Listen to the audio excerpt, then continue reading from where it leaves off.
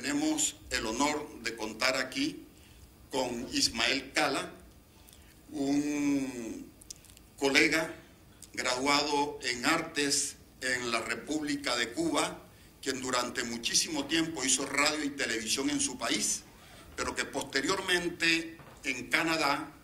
él continuó su formación académica, comunicacional, y hoy todos sabemos que con todo lujo de competencia se ha convertido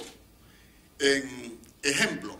de los comunicadores sociales que inician esta noble profesión,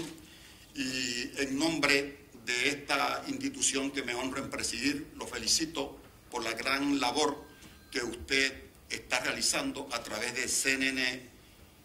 desde los Estados Unidos para el mundo.